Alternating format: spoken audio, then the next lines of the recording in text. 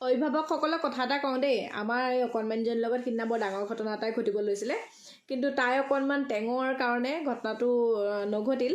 মানে তাইৰ মাক গৈছিল দোকানলৈ, তাৰপিছত দেউতাক অফিচলৈ গ'ল। তাইৰ ওচৰত সদায় মোবাইল এটা থাকে, মানে মাক ক'ৰবাত যাব লগা হ'লে পটককৈ মোবাইলটো দি থৈ যায়।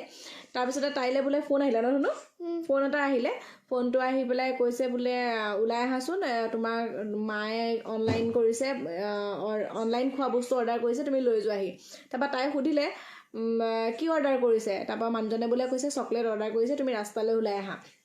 তাৰপাছত তাই কৈছে আমাৰ মায়ে চকলেট নাখায়, ভেজিটেবলহে খায়, আমাৰ মায়ে অৰ্ডাৰ নাই কৰা। তাৰপৰা মানুহজনে বোলে খুব জোৰ কৰিছে তুমি ৰাস্তালৈ ওলাই আহা বুলি। কিন্তু তাই মানে ইমান মানে মগজুৱে খেলালে যে তাই বোলে ক'লে নাই আমাৰ মায়ে এইবিলাক অৰ্ডাৰ নকৰে, গতিকে আপুনি মিছা কথা কৈছে, মই কিন্তু পুলিচলৈ ফোন কৰিম আৰু পাপালৈও ফোন কৰিম। ইমান ডাঙৰ এটা তাই যে মগজুত খেলালে, বৰ আচৰিত কথা। গতিকে আপোনালোকো বাপেকলৈ তাই বোলে ফোনো কৰিলে। তাৰপিছত বাপেকে ওলাই যাবলৈ মানা কৰিলে, মাক ল'ৰালৈকে আহিলে।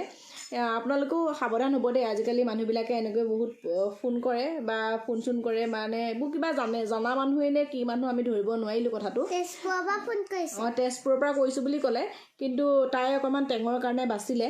গতিকে আপোনালোকো সাৱধান হ'ব দেই এই ক্ষেত্ৰত।